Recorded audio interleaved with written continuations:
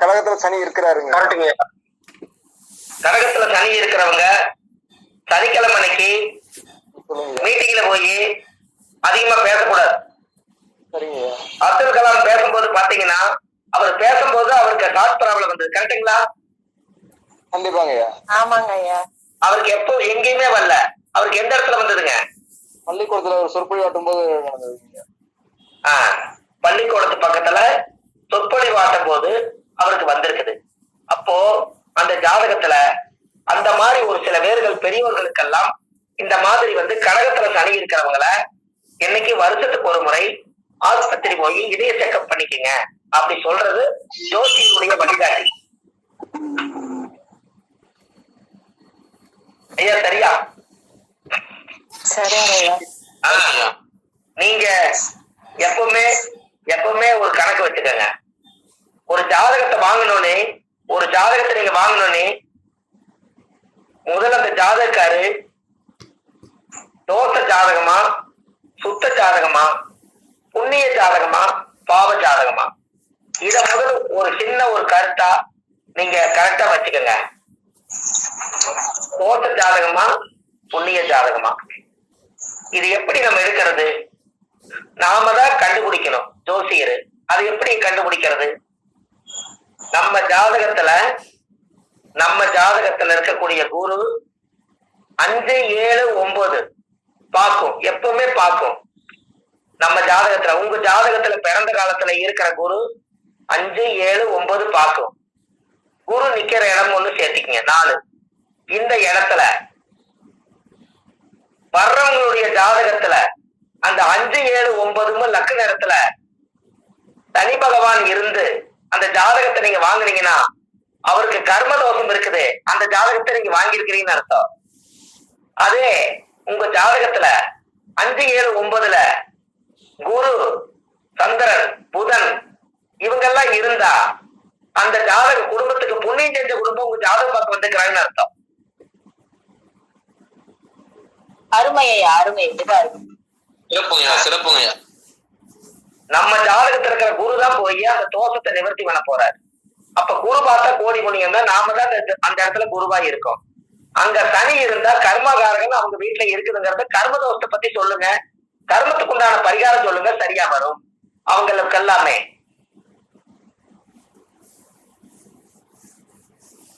அதே நீங்க பரிகாரம் பண்ணணும்னா எப்படி பண்ணணும்? நம்ம ஜாதகத்துல இருக்கிற குரு அவங்களோட ராசிய பார்த்தா தான் நாம் செய்த பரிகாரம் அவங்களுக்கு கரெக்டா போய் சேரும். ஏன்னா சந்திரனா அவருடைய உடல், அவருடைய தோஷம் நம்ம குரு போய் பார்த்தா அந்த உடல் இருந்து அந்த தோஷம் வெளியாகும். அது அப்படி வச்சு கொடுக்கணும். நீங்க வைக்கிறது பிறக்கும் போதே இருக்கணும். அப்படி இல்லைனால் நீங்க பரிகாரம் பண்ணும் போது உங்க ராசியில் இருக்கிற குரு 5, 7, 9 எங்கெல்லாம் பார்க்குதோ அங்க கோச்சார சந்திரன் வரும்போது பரிகாரம் தேடி வச்சு கொடுங்க. அப்ப அந்த பரிகாரம் பலிதமாகும்.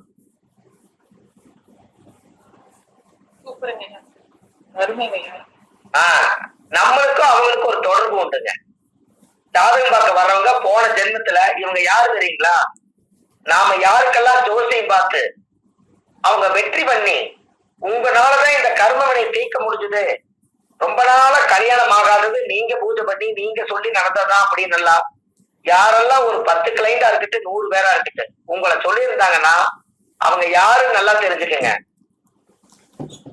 உங்களுடைய வாக்கு வாங்கி அவங்க பலிதமாகி ஜெயிச்சிருந்தா அந்த குடும்பத்துக்கும் உங்களோட குடும்பத்துக்கும் போன பிறவியில சாப்பாடு போட்டு புண்ணியம் பண்ணி இருக்கிற இடமும் தங்குற இடமும் படுக்கிறதுக்கு பாயும் கொடுத்து விசுவாசமா வாழ்ந்து ஆசீர்வாதம் பண்ணி அந்த காலத்துல ஒருத்தருக்கு ஒருத்தர் நெருக்கமா இருந்தா மட்டும்தான் அந்த பூர்வ ஜென்மத்தினுடைய புண்ணியம் நம்மளை தேடி அவங்க வந்து செய்வாங்க.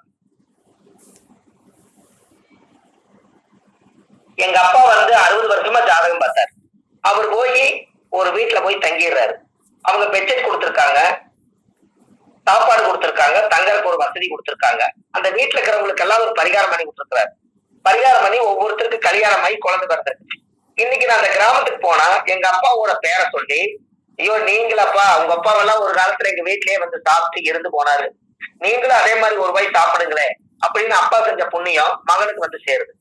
அப்போ இந்த காலத்துல அவங்க செஞ்சு வச்ச நன்மை எல்லாம் அடுத்த பிறவியில அந்த அப்பா செஞ்சு வச்ச ஆத்துமாத்துமான பூஜை இருந்தது பாத்தீங்களா, அந்த பூஜையோட பவர், அன்னைக்கு பண்ணின பூஜை யாகம் இன்னைக்கு வரைக்கும் அவரோட பவர் இருக்கும். அவரு வாரிசா நம்ம கிட்ட வந்து என்னைக்காவது ஒரு நாள் ஜோசியம் பார்த்து நாம் செய்த பூஜை பலிதமாயிடுச்சுன்னு சொல்லிட்டாருன்னா அப்பா வாழ்த்துனதுதான் மகனுக்கு அந்த பேரு. அத பூர்வ ஜென்ம பந்தம்னு சொன்னேன். ஐயா உங்களுக்கு புரியல?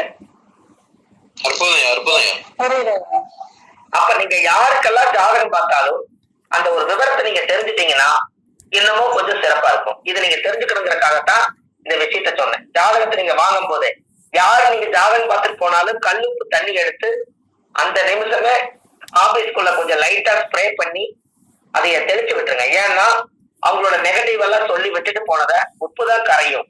அந்த உப்பு தண்ணி தெளிச்சு விட்டுட்டு அடுத்தால உள்ள விடுங்க. அவங்களோட நெகட்டிவ் போய் அடுத்தவங்களோட நெகட்டிவ் கொண்டு வருவாங்க. எல்லா நெகட்டிவ் ஸ்டோரேஜ் ஆயிடுச்சுன்னா நம்ம மேல ஏறிடுற அந்த நெகட்டிவ் கர்மாலாம். அதுக்காக உப்பு தண்ணி எப்பவுமே ஒரு டப்பால போட்டு டேபிள் மேல முன்னாடி வச்சிருங்க. அவங்க கண்ணீர் விட்டாங்கன்னா எல்லாமே உப்பு தண்ணீர் அது வந்து இறங்குச்சுன்னா அது கடல் தண்ணி மாதிரி எல்லாமே போயிடும். அது தோஷம். அது டெய்லியுமே நீங்க வந்து உப்பு தண்ணிய வெளியே தெளிக்கணும். எதுக்குன்னா நம்ம தொழில் செய்யற இடத்துல தெளிக்கணும். அவங்க நெகட்டிவ் கர்மாவை நம்ம வாங்கக்கூடாது. அப்படி நீங்க வாங்கிட்டால் நீங்க செய்ய வேண்டிய பரிகாரம், வருஷத்துல ஒரு நாள் கடல்ல குளிக்கணும். நல்லா வாழ்ந்த தீவு சமாதியில போய் ஒரு நாள் தலகாணி வைக்காம தூங்கி எந்திரிக்கணும். விவரம் தெரியாத மனநிலை பாதிக்கப்பட்ட குழந்தைகளுக்கு சாப்பாடு கொடுக்கணும். மனநிலை பாதிக்கப்பட்டவருக்கு கம்பளி வாங்கி கொடுக்கணும், போர்வை. இத மட்டும் செஞ்சுட்டீங்கன்னா அந்த வருஷத்துடைய கர்ம டேலி ஆயிடும்.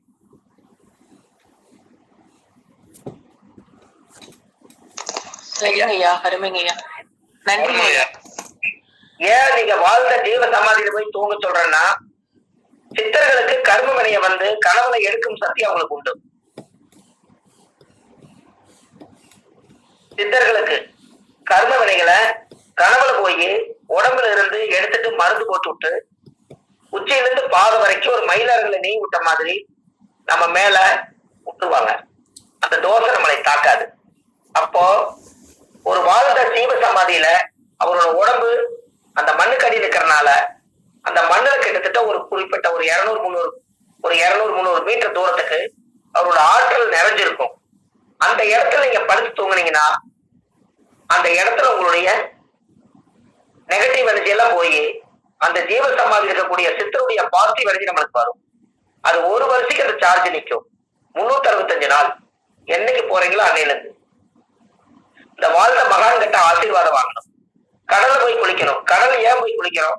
ஆறு, குளம், ஏரி, குளம், குட்டை எல்லா நதியும் சேர்ந்து கடலுக்கு போகுது. பல நதிகள் சேர்ந்ததெல்லாம் ஒரு சமுத்திரம். அங்க போய் நதியில குளிக்கணும். அதுல குழந்தைகள் மனநல பாதிக்கப்பட்டவங்களுக்கு, வஞ்சகம் இல்லாத குழந்தைகளுக்கு சாப்பாடு ஒரு நேரம் போடணும். மனநல பாதிக்கப்பட்டவங்களுக்கு கம்பளியை வாங்கி கொடுக்கணும்னா அவர் ஒரு நாளாவது போர்வை போட்டி தூங்கி இருக்க மாட்டார். அந்த உடம்புக்கு ஒரு போர்வை வாங்கி கொடுத்தீங்கன்னா அந்த கடவுள் நாம் செய்ய வேண்டிய வேலையை இவர் செய்யறாரு, இவரு நல்லா இருக்கும்னு வாழ்த்துவாங்க. இத வருஷம் ஒரு முறை ஒரு நாளை பிக்ஸ் பண்ணி வச்சுட்டு இத மறக்காம செய்யுங்க. முதல் ஜோதிடருடைய குடும்பம் நல்லா இருக்கும். இது நம்ம ஜென்ம நட்சத்திரம் நல்லா இருக்கும். எப்ப வேணாலும் பண்ணலாங்க ஐயா. இது வந்து சிலதெல்லாம் தர்ம வழி வருங்க. நீங்க பாருங்க, ஒவ்வொரு நாளும் நீங்க இறக்குறீங்க. உங்களுக்கு அது தெரியுமா அந்த ரகசியம்? ஒரு நாள் நீங்க இறக்குறீங்க, ஒரு நாள் நீங்க பிறக்குறீங்க. உங்களுக்கு அந்த ரகசியம் தெரியுமா? 10 மணிக்கு மேல நீங்க வேக வேகமா வீட்டுக்கு போறீங்க. வீட்டுக்கு போய் 10-10:30 மணிக்கு மேல சாப்பிடுறீங்க. சாப்பிட்டு இந்த உடம்பு தூங்கிடுது. இந்த உடம்ப யாரு களை தூக்கி விட்டாங்க, யாரு கையோங்கினாங்க, யாரு அடிச்சாங்க, யாரு வந்து முன்னாடி நின்னாங்க, யாரு உங்களை வந்து எட்டி வந்து பாத்துட்டு போனாங்க, ஏதாவது உங்களுக்கு தெரியுமா? அப்போ இறந்தவங்களுக்கு வந்து அது செத்து கடந்துச்சுன்னா யாராவது தெரியுமா?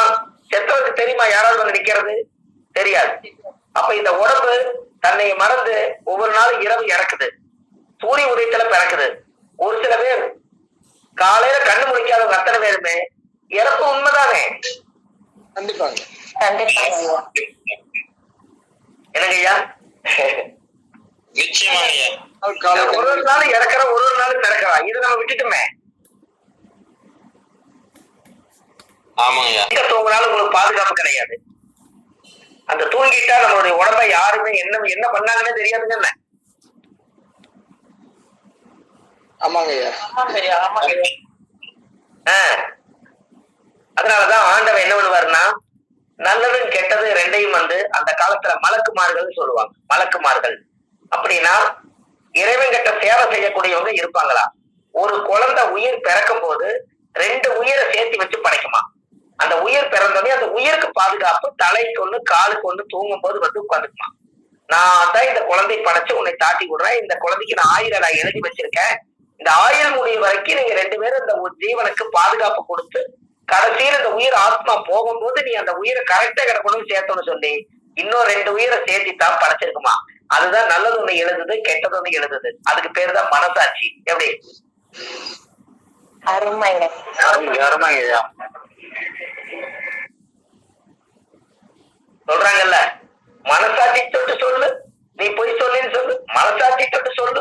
அப்படிதான் மனசுக்குள்ள ஒரு சாட்சி உயிரோட இருக்குது. அதை தொட முடியலையல்ல, அப்ப 2 பேர் அதுக்குள்ள இருக்காங்க. நல்லது எழுதுதையும் இந்த வலது பக்கம் இருக்கிற அந்த ஜீவன் பார்த்துக்கிட்டு இருக்குது, நீங்க கெட்டது பண்றதையும் இந்த ஜீவன் பார்த்துட்டு இருக்குது. நாம தப்பு பண்றத 4 கதவை சாத்தி ஒரு கதவை தாள் போட்டா இந்த உலகமே இருட்டு, நம்மளை யாரும் பார்க்கல நம்ம நினைச்சிட்டு இருக்கிறார். நம்ம உடம்புக்குள்ள 2 பேர் இருக்காங்க. ஆமாங்க ஐயா. எனக்கு ஐயா ஒரு தப்பு செய்யறதா இருந்தா மனசாட்சிக்கு விரோதமா இருந்தா நம்மளுக்கே குற்ற உணர்வு வருதா இல்லையா. அப்ப கடவுள் படைக்கும் போது உண்மையா வருங்க ஐயா. கடவுள் படைக்கும் போது அந்த 2 பேர்த்த பர்சனலா வச்சு தாட்டி விட்டுருக்கிறாரு.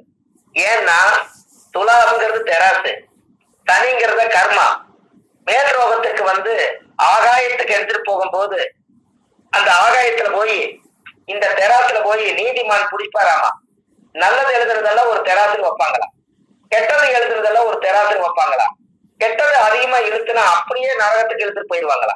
நல்லதா செஞ்சிருந்தா அப்படியே ஒரு நந்தவனத்தை கூட்டிட்டு போயிடுவாங்களா. அதனாலதான் காலச்சக்கரத்துக்கு 7ஆம் இடம் என்பது திருப்தியா வாழ்ந்த நிவர்த்தி ஸ்தானம் என்று பொருள்.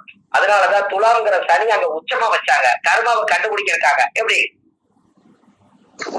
அருமை அருமையா. அருமையா.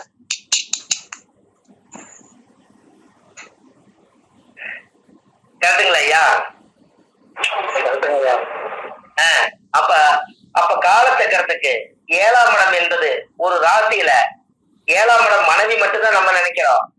7ஆம் இடம் என்பது இந்த உலகத்துல நாம் சந்திக்கும் அனைத்து பேருமே 7ஆம் பாவம் தான். அத்தனை பேர்த்தையும் இந்த கர்மா பார்த்துக்கிட்டு இருக்குது. அதனாலதான் சனி துலா ராசியில உட்கார்ந்துருக்கு. நீங்க நல்லா யோசிங்க. உங்க லக்கணத்தை கண்டுபிடிக்கிறதுக்கு ஒரு சின்ன வழி சொல்றேன். யார் லக்கணமா இருந்தாலும் சரி, 4ஆம் இடத்துல சந்திரனை போடுங்க. ஐயா நீங்க யாரோ வீடியோ கால் வந்தீங்களே, உங்க லக்கணம் என்ன? கன்னி லக்கணம். சரி, சந்திரனை 4ல போட்டுங்க. கன்னி லக்கணம் சொல்லிட்டீங்க, சந்திரனை 4ல போட்டுங்க. எழுதாதீங்க ஐயா, 4ல போட்டுங்க சந்திரனை. சரிங்க. நீங்க இந்த கர்மாவை அனுபவிக்க, இந்த கர்மாவை கழிச்சுதான் நீங்க பிறந்தீங்க. அப்ப கர்மஸ்தானம் எத்தனாம் இடம்? நீங்க யார் வழியில வெளியே வந்தீங்க? அம்மா வழியில தான் வெளியே வந்தீங்க. அம்மா வழியில் நீங்க வெளியே வரும்போது அம்மா தான் சந்திரன். சந்திரனுக்கு 10ஆம் இடம் என்ன வீடு வருது பாருங்க. சந்திரன் 10 லக்னமே வருவாங்க ஐயா. அப்ப நீங்க கர்மாவை தீக்கத்தானே பிறந்தீங்க. அம்மா கிட்ட இருந்து வெளியே வந்தது. எந்த லக்கணம் மேல 4 சந்திரன் போடுங்க. 10ஆம் வீடு என்ன வருது? லக்னம் தான் வருங்க. அவங்கவுங்க ஜென்ம லக்கணம் தான் வருது. அப்ப இந்த ஜென்மத்துல நீங்க இந்த லக்கணத்துல பிறந்து எல்லா கர்மா கழித்தானே பிறந்தீங்க. ஐயா கரெக்டா? கரெக்டுங்கய்யா. யாருக்கு லக்கணம் தெரியும்?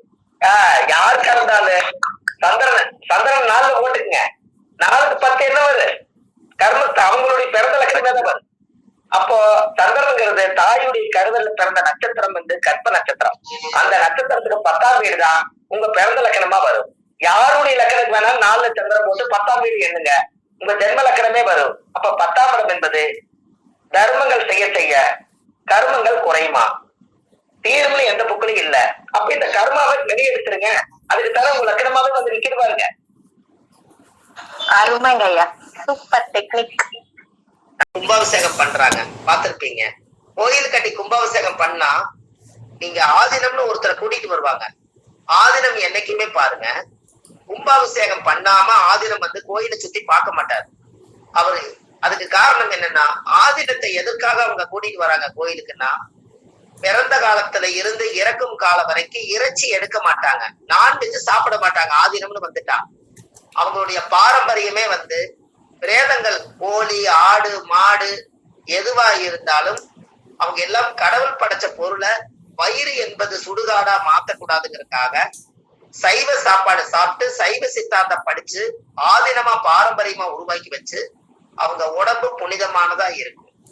அதுக்கப்புறம் கோயில் கட்டி கும்பாபிஷேகம் பண்ணி சாமிக்கு வந்து தீர்த்தம் ஊத்தி உயிரோட்டம் கொடுத்ததுக்கு அப்புறம் அந்த ஆதீனம் வந்து அந்த கோயிலை சுத்தி பார்க்கும்போது அந்த புனிதமான ஆதீனம் வந்து அந்த பாதம் பட்டு எல்லா கோயிலுடைய பார்வை பட்டதுக்கு அப்புறம் எல்லா தெய்வங்களுக்கும் சக்தி கூடும், அந்த இடமும் புனிதமாகும், கோயிலும் வருங்காலத்துல சக்தியோட வாழ்ந்து வர்ற மக்களுக்கும் பலன் கிடைக்கும்.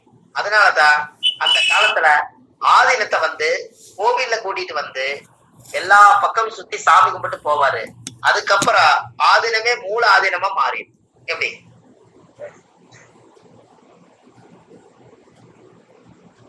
ஐயா புரியுதா? அம்மா புரியுதுங்களா உங்களுக்கு? ஐயா புரியுதுங்க, அர்த்தம் புரியுதுங்க. அது ஆதீனம். ஆதீனம்ங்கிறது வந்து ஏன் அந்த காலத்துல சைவ சித்தாந்தம், யாரெல்லாம் இறைச்சி எடுக்காம கருவொளி வந்து சாப்பிடாம சைவ சாப்பாடு சாப்பிட்டு அந்த உடம்ப வச்சிருக்காங்களோ அவங்களோட உடம்புக்குள்ள பிரபஞ்ச சக்தி கொஞ்சம் அதிகமா இருக்கும். அதனால அவங்க பாதம் பட்டால் அது அவங்க ஆன்மீக நிலையில இருந்தா அவங்களோட பாதம் எந்த இடத்துல எல்லாம் படுதோ அந்த இடத்துல அந்த பவர் இருக்கும். உங்களுக்கு ஒண்ணு தெரியுமா? சென்னையில வடலூர்ல வள்ளலார் இருப்பாரு. வள்ளலாருடைய கோவில் இருக்கும். அது வந்து ஜோதியே மனித ரூபான்னு. அவர் வந்து ஒரு நாள் கடல் கரையில நடந்து போயிருக்காரு. எல்லாரும் ஆச்சரியமா பார்த்தாங்க, ஏதோ நடந்து போறாங்கன்னு சொல்லி. அப்புறம் பின்னாடியே எல்லாரும் நடந்து போய் பார்த்தா அவர் பாதப்பட்ட இடத்துல மணல்ல வந்து அவரோட பாதம் வந்து ரேக பதிவாகாம போயிருக்காரு. அதுக்கப்புறம் தான் அவர் வள்ளலாரை பத்தி பிரமிக்க வச்சு இன்னைக்கு வடலூர்ல வந்து அருட்பெருஞ்சோதி தனிப்பெருங்கரணை உருவானதுக்கு காரணம். அப்போ வாழ்ந்த மகாசக்திக்கு பெரிய சித்தி ஆகுது அல்லவா?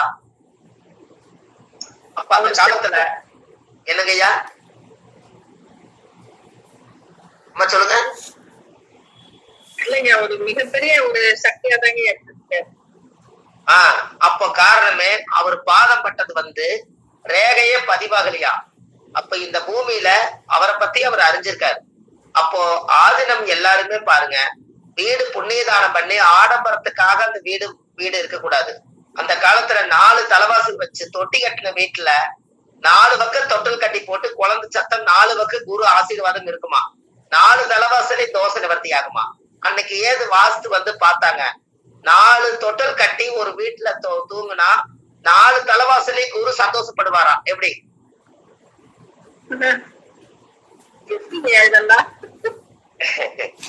பாத்துக்கங்க. அந்த குழந்தைகள் வந்து ஒரு குருன்னா குழந்தை, குருன்னா பெரியவங்க ஆசீர்வாதம், குழந்தை வந்து தெய்வத்துக்கு சமம். அந்த காலத்துல 4 பக்கம் தலைவாசல் வச்சு தொட்டி கட்டின வீடு கட்டி 4 பேர் பிறந்திருப்பாங்களாம். அதனாலதான் 4 வீட்லயும் அவங்கவுங்க குழந்தை தொட்டில் கட்டி ஆட்டும் போது 4 தலைவாசலையும் குரு தூங்கிட்டு இருப்பாரா. எப்படிங்கம்மா தீய சக்தி வாஸ்து குற்றம் எல்லாம் வருங்கிற? வராது, கண்டிப்பா வராது இல்லையா. அதனாலதான் சிறப்பா வாழ்ந்துருக்காங்க ஐயா. அதனாலதான் அந்த காலத்துல ஒரு பாட்டே சொல்லுவாங்க, 4 கோடி உச்சமாகி நகரலோர் ஆட்சியாகி மால் உலக கேந்திரத்தில் இவர் ஜெக சக்கரவர்த்தியாமேன். அந்த காலத்திலேயே 4 கோடி உச்சமாகி நகரலோர் ஆட்சியாகி மால் உலக கேந்திரத்தில் இவர் ஜெக சக்கரவர்த்தியாமா. ஒரு வீட்டுல 4 குழந்தைகள் வந்து தொட்டில் கட்டி தூங்குனா அந்த வீட்டுல ஒரு நாட்டாமை ஒருத்தர் பிறப்பாராம். நாட்டுக்கு ஒரு அரசாளர் இருப்பாராம். எப்படின்னு பாருங்க. அப்ப இதெல்லாம் முன்னோர்கள் வழியில எத்தனை ரகசியங்களை வச்சுட்டு போயிருக்காங்க. இது எல்லாம் இன்னைக்கு இந்த உலகத்துக்கு எடுத்து கொடுக்கறதுக்கு மனிதர்கள் இருந்தாங்கன்னா, பாமர மக்கள் எல்லாம் ரொம்ப கஷ்டப்படுறாங்களே, அவங்களுக்கு எல்லாம் ஆதிகால வாழ்க்கையை தூண்டி விட்டா எவ்வளவு சுவையா இருக்குதுன்னு பாருங்க.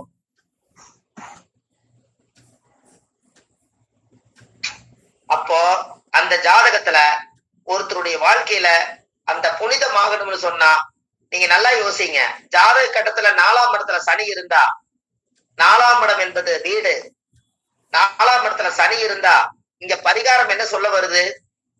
4ஆம் இடத்துல பாவ கிரகமாய் இருந்து சனி இருந்தா அந்த வீட்டுல என்ன பண்ணினாலும், இடம் வாங்கினாலும் வாஸ்து குற்றம் தான் வரும், வீடு கட்டினாலும் வாஸ்து குற்றம் தான் வரும். சூழ்நிலையின் காரணத்தினால என்ன பண்றதுன்னு தெரியல. அப்போ எப்படியாவது வாழ்ந்துதான் ஆகணும், வேற வழி இல்லை. இதுக்கு ஒரு சின்ன பரிகாரம் என்னன்னா, சனி என்பது யாருன்னா அழுக்கு சூறையா இருக்கக்கூடியவர், பிச்சை எடுக்கக்கூடியவர், குளிக்காதவர். அவரை நம்ம வீட்டுக்கு 4ஆம் இடம் என்பது சனி அந்த வீட்டுல இருக்கிறதுனால நம்ம வீட்டுக்கு கூட்டிட்டு வந்து அவருக்கு ஒரு தலவாழை இலையில சாப்பாடு போட்டு சாப்பிட வச்சு, அவருக்கு தண்ணி கொடுத்து, அவருக்கு ஒரு வஸ்திரம் வாங்கி கொடுத்து, அவரை கொஞ்ச நேரம் அங்க இருக்க சொல்லிட்டு, அவர் கையில ஒரு 2 மணி காசு கொடுத்து, அவர் சந்தோஷமா அவரை காலை தொட்டு கும்பிட்டு நீங்க தாட்டி விட்டீங்கன்னா 4ஆம் இடத்துல சனிங்கிறவருடைய வாஸ்து தோசை நீங்கி அந்த வீட்டுல தரித்திர தோசை நீங்கிடும். எப்படி? அவரு பிச்சை எடுக்கிறவராங்க இல்ல பிச்சை எடுக்கிறவங்கதான் சாக்கடையோர உட்கார்ந்துக்கிறவங்கள கூட்டிட்டு வந்து நம்ம வீட்டுல கொண்டு வந்து சாப்பாடு போடணும். உங்க வீட்டுல 4 சனி இருந்தா ஏற்கனவே ஒரு பிச்சைக்கார உள்ள கொண்டு வாங்கன்னு சொல்லுது. இல்லைங்க இல்லைங்க, என்னங்கம்மா? 4 கேளுங்கய்யா. அல்லம்மா, உங்களை சொல்லல, ஆல்ரெடி 4 சனி இருக்கிறவங்க வீட்டுல ஒரு பிச்சைக்கார இருக்கணும் தானே சொல்லுது. ஆமா ஆமாங்க. உங்களுக்கு இன்னொரு விஷயம் சொல்லட்டுங்களா? யாருக்கெல்லாம் 4 சனி இருக்குதோ, சனி 4ஆம் இடத்தை பாக்குதோ, அவங்களுக்கெல்லாம் வந்து பிச்சை எடுத்துட்டு வந்து வசூல் பண்ணிட்டு வந்து ஒரு வீட்டுல எண்ணுவாங்க பாருங்க. அவங்க வீட்டுல 4 சனி இருக்கு, அது கரெக்டா அவர் அங்கதான் போடுவாரு. ஓஹோ, அப்படிங்களா? லக்னத்துக்கு 4ஆம் இடம் பாக்கணுமா? லக்னத்துக்கு 4ஆம் இடத்துல சனி இருக்கிறவங்க, 4ஆம் இடத்துல சனி பாக்குறவங்க வீட்டுலதான் பிச்சை எடுக்கிறவர் எல்லா பக்கம் போய் சோறெல்லாம் வாங்கிட்டு வந்துட்டு அவர் வீட்டை பார்த்தே உட்கார்ந்துருப்பாரு, அவர் வீட்டுலதான் தூங்குவாரு, அவர் இடத்துக்கு தான் எங்க சுத்தினாலும் வருவாரு. அந்த வீட்டோட குடும்ப ஜாதகம் வாங்கி பாருங்க, 4 சனி இருக்கு, இல்லாட்டி சனி 4ஆம் இடத்தை பாக்கு. இவ்வளவுதான். எப்படி? ஒவ்வொரு வீட்டுல செக் பண்ணி பாக்கணுங்க, செக் பண்ணி பார்த்தா தெரிஞ்சிருங்க. 4ஆம் அதிபதி வந்து சனியோடு சேர்ந்து இருந்தாலுமே இந்த பலனா?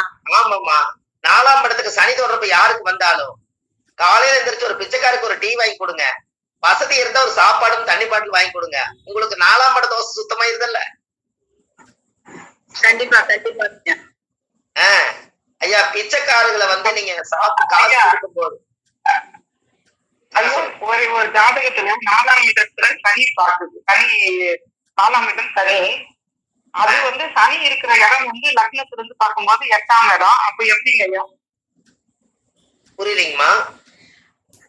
இப்ப வந்து விருச்சக லக்னம்னு வச்சுக்கோங்க ஐயா. அப்ப வந்து கும்பம் வந்து சனி 4வது வீடா வருது இல்லைங்களா? ஆமாங்க. அதே மாதிரி மிதுனத்துல சனி பகவான் இருக்கிறாரு கட்டத்துல, அப்ப 8ஆம் இடமா ஆகுது இல்லைங்களா? அப்ப அதுக்கு எப்படிங்க ஐயா? அது வராது, அது கணக்குல வராதுங்க. 4ஆம் இடத்துல சனியும் 4ஆம் அதிபதியோட சனி இருந்தா மட்டும்தான் இந்த விஷயம் எடுத்துக்கணும்.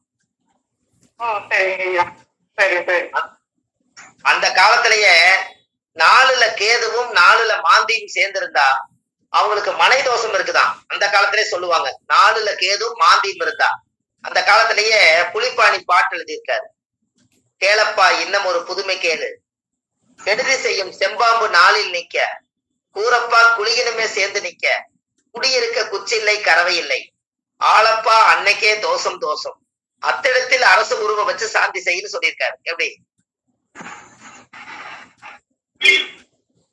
அப்படின்னா 4ல கேது இருந்தா தாய்க்கு வாழ்க்கை சரி இருக்காதான். 4ல கேது இருந்தா, ஏன்னா தாய்க்கு சர்ப்பதோஷம் வருதா இல்லையா? ஆமாங்கய்யா. அப்ப தாய்க்கு வாழ்க்கை சிறப்பு இல்லையா? அது மாந்தி கூடிருச்சுன்னா தாயோட வம்சத்துல யாரோ ஒருத்தர் பெண்கள் இறந்து போவாங்க. 4ல கேது வாழ்க்கையே லேதான். அந்த காலத்துல அவங்க ஒரு பழமொழி வச்சிருக்காரு, 4ல கேது வாழ்க்கையே லேது, தாய்க்கு வாழ்க்கை லேதா. லேதுன்னா இல்லைன்னு அர்த்தம். அப்படிதாங்க அவங்க அந்த காலத்துல அவங்க ஒரு மாணி கொடுத்து போயிரு. அப்போ அந்த காலத்துல கேளப்பா இன்னும் ஒரு புதுமை கேளு, கெடுதி செய்யும் செம்பாம்பு 4ல் நிக்க. அப்படின்னு என்னங்க? கரும்பாம்பு என்பது நாகன் ராகு, செம்பாம்புன்னா கேது. 4ல் நிக்க, கூரப்பா குளியினுமே சேர்ந்து நிக்க. அப்ப 4ஆம் இடத்துல குளியினும் சேர்ந்து நிக்க, மாந்தி வந்து அது கூட சேர்ந்து.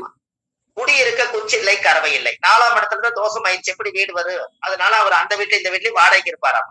குடியிருக்க குச்சில்லை கறவை இல்லை. ஆளப்பா அன்னைக்கே தோஷம் தோஷம்னா என்ன? தாய்க்கு தோஷம், தாய்க்கு கர்மம். கரெக்டா சொன்னீங்க. அன்னைனா தாய், அதனால 4ஆம் இடமா வருதா தாய், அதனால அன்னைக்கே தோஷம் தோஷம் இருக்கிறாங்க. நம்ம அன்னைக்குன்னு வேற மாதிரி நினைச்ச கூடாது. தாய்க்கு தோஷம், தாய்க்கு தோஷம். அப்ப அரச குருவை வச்சு சாந்தி செய்யின்னு இருக்கிறாங்க. அந்த 4ஆம் இடத்தை சுத்தப்படுத்துறதுக்கு ஒரு பிராமணரோ ஒரு வள்ளுவரோ யாரோ ஒருத்தர் வச்சு 4ஆம் இடத்துக்கு வீட்டுல வந்து அந்த வாஸ்து சுத்தத்தை எல்லாம் சரிப்படுத்திட்டு அந்த 4ஆம் இடத்துடைய வீட்டு தோஷத்தை சுத்தப்படுத்தி ஒரு 108 மூலிகை போட்டு ஒரு யாகம் வளர்த்தி அந்த வீட்டை சுத்தப்படுத்துங்க. 4 குடைவர் ஜாதகம் பலமாகுன்னு அந்த காலத்துல முன்னோர்கள் இதை வகுத்திருக்காங்க பாருங்க. ஐயரை வச்சு செய்யணும் இல்லைங்க? அது எப்பவுமே புண்ணிய அர்ச்சனை வந்து அவங்க தாங்கம்மா செட் ஆகுது. ஆஹ் நாம வேற கர்ம பரிகாரங்கள் எது வேணா பண்ணலாம். பிராமணருக்கு ஒரு பெரிய ஒரு என்னன்னு கேட்டீங்கன்னா கணபதி வந்து விநாயகர் பெருமான். அது ஏன் நீங்க வந்து இந்த விஷயத்த உங்ககிட்ட நிறைய சொல்லணும். பிராமணரை வச்சு ஒரு சைவ பூஜை வந்து பிராமணர் வந்து பண்றதுக்கும் என்ன காரணம்? ஏன் அவங்க வந்து அந்த காலத்துல தெய்வத்த இடத்துல இடம் பிடிச்சாங்க? இது உங்களுக்கு தெரியணும் அல்லவா? ஆமாங்க, தெரியுது எங்களுக்கு. இது உங்களுக்கு தெரிஞ்சதுன்னா அவங்களுக்கு நீங்க ஒரு நன்றி சொல்லுவீங்க. கண்டிப்பாங்க, சொல்லுங்க. தெரியாதுங்க. ஏன்னா அந்த காலத்துல முதல் இந்த உலகத்துல திருவள்ளுவர் ஆண்டு 2000 ஆண்டுங்களா இப்போ? ஆமாங்க. அப்போ 2000 ஆண்டுக்கு முன்னாடி திருவள்ளுவர் ஆண்டுக்கு பஞ்சாங்கம் கொண்டு வராங்களா இல்லையா? ஆமாங்க.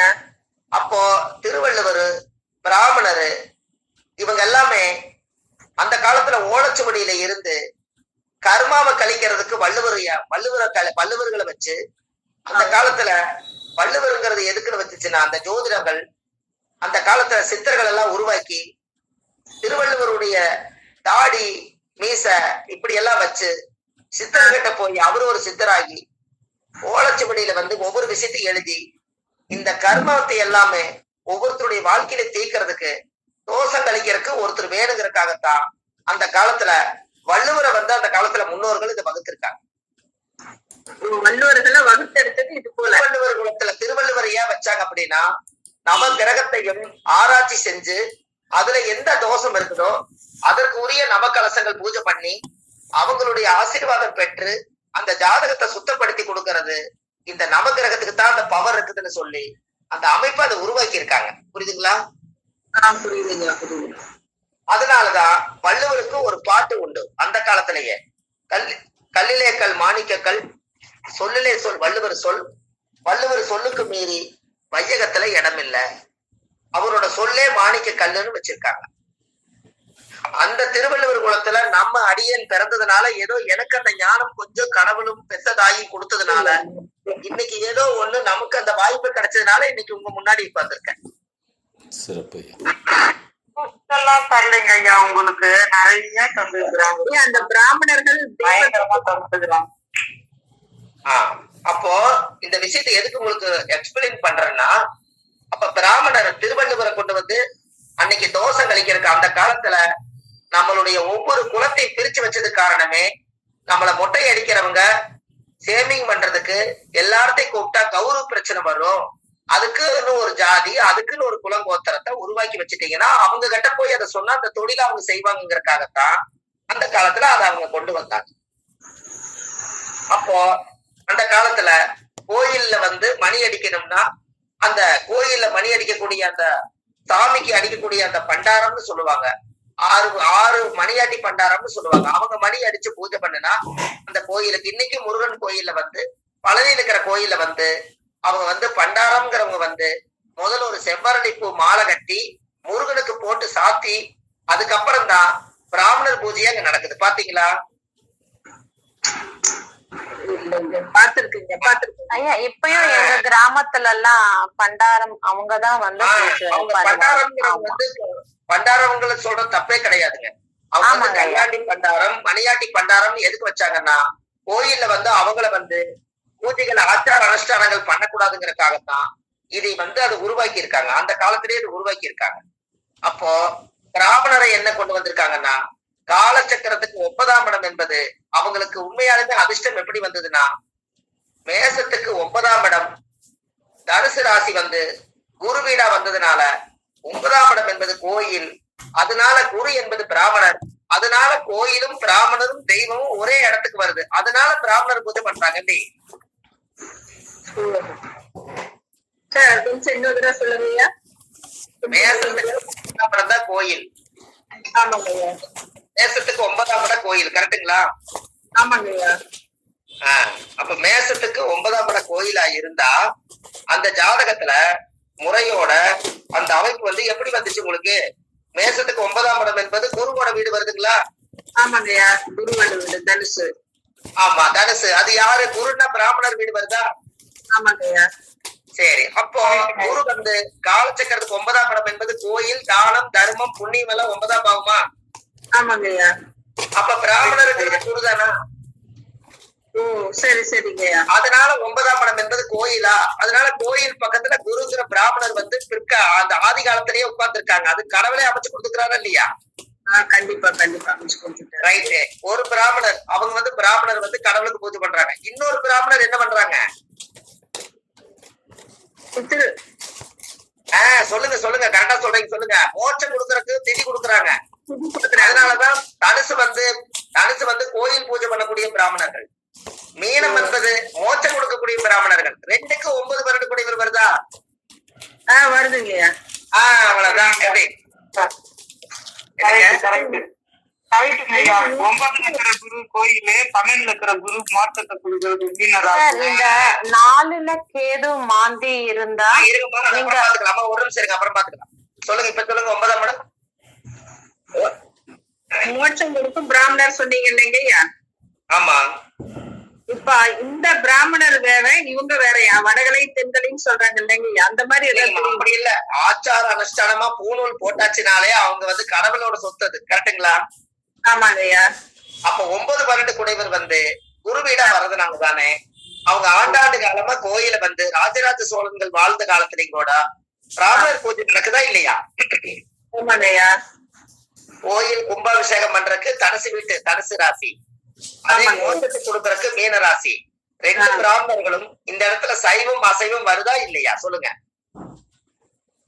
எனக்கு இந்த புரியலையே. இந்த இடம் எப்படி என்ன சொல்லுங்கய்யா? சைவ அசைவம் எப்படி இந்த இடத்துல வருங்கய்யா? புண்ணிய அர்ஜுன பண்றவங்க, கல்யாணம் பண்ணி வைக்கிறவங்க, இவங்க எல்லாம் வந்து திதி கொடுக்க மாட்டாங்கல்ல, திதி கொடுக்க போக மாட்டாங்கல்ல. ஆமாங்க ஐயா. அப்ப சைவம்ங்கிறது 9ஆம் பாவம், அசைவங்கிறது வந்து திதி கொடுக்கறது.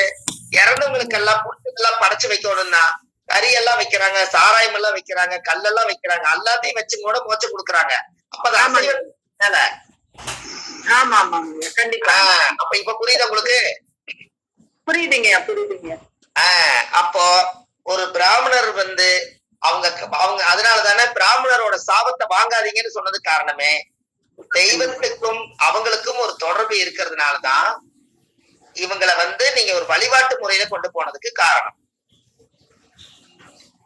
இங்க இன்னொரு சின்ன சந்தேகம், பிராமணர்கள் அதிக மோட்சம் போவாங்களா? இல்ல, அது வந்து இன்னொரு சப்ஜெக்ட். அவங்கவுங்க பாவம் செஞ்சிருந்தா மோட்சத்துக்கு போக முடியாது, புண்ணியம் பண்ணாத்தானே போக முடியும். சரிங்க. ஆமா. நீங்க நான் வந்து என்னுடைய ஆத்மாவை நான் வந்து வேண்டி வச்சிருக்கேன், அடுத்த பிறவியில எனக்கு ஏதாவது ஒரு அடுத்த ஜென்மான்னு ஒண்ணு எனக்கு இருந்தா நான் வந்து ஒரு சஞ்சீவி மூலிகையா என்னை படைச்சிருக்க கடவுளேன்னு நான் பிரபஞ்சத்துல சொல்லி வச்சிருக்கேன். சாகாத வரம் பெற்ற சஞ்சீவி மூலிகை. அப்போ ஆஞ்சநேயரும் கூட போய் மருந்து எல்லாம் வாங்கிட்டு வந்து உயிர்களை காப்பாத்தினாரு. நாம இந்த புண்ணியத்தை நிறைய செஞ்சு வச்சா அடுத்த ஜென்மத்துல நம்ம பிரதிபலன் பலிதமாகும் அல்லவா? கண்டிப்பா பலிக்குங்க. அப்ப சஞ்சீவி மூலிகை மனுஷ பிறவியும் கூட வேண்டாங்க, சஞ்சீவி மூலிகையா இருக்கணும்னு. அந்த சஞ்சீவி மூலிகையா ஏன் இருக்கணும்னு சொன்னா, அந்த காலத்துல செம்பூத்து கூடு கருடன் கூட்டுக்குள்ள பாத்தீங்கன்னா இந்த சஞ்சீவி மூலிகைங்கிறது என்னன்னு தெரியாத காலத்துல அந்த குருவிக்கு கொண்டு போய் அந்த செம்பூத்துங்கிற குழந்தைக்கு அது முட்டை வச்சு குஞ்சு பொரிச்சதுன்னா அந்த 2 காலையும் பிடிச்சு வளையம் போட்டு வச்சிருவாங்களாம். அது வளையம் போட்டு வச்சதுக்கு அப்புறம் சிவன் கிட்ட போய் எல்லா பிள்ளைகளும் விடுதலை ஆயிடுச்சு, என் பிள்ளைக்கு மட்டும் விலங்கு போட்டுட்டாங்க, அதனால என்னுடைய சிவபெருமானே என் பிள்ளைய கட்ட அவுத்து விடுறதுக்கு எனக்கு ஒரு வழி கொடு அப்படின்னு கேட்டுச்சான். அப்ப சிவன் சொன்னாராம், ராஜ மூலிகை நான் ஒண்ணு இப்படி ஒரு சூழ்நிலை வரும்னு தெரிஞ்சு ராஜ மூலிகையை நான் கையில வச்சிருக்கேன். அந்த ராஜ மூலிகை ஒரு இடத்துல இருக்குது, சஞ்சீவின்னு ஒரு இடத்துல இருக்குது. மனிதனுடைய வாடையே படாத இடம், மனிதனுடைய பாதமே படாத இடத்துல மரமிருந்து தவம் இருந்து அந்த மூலிகை இருக்குது.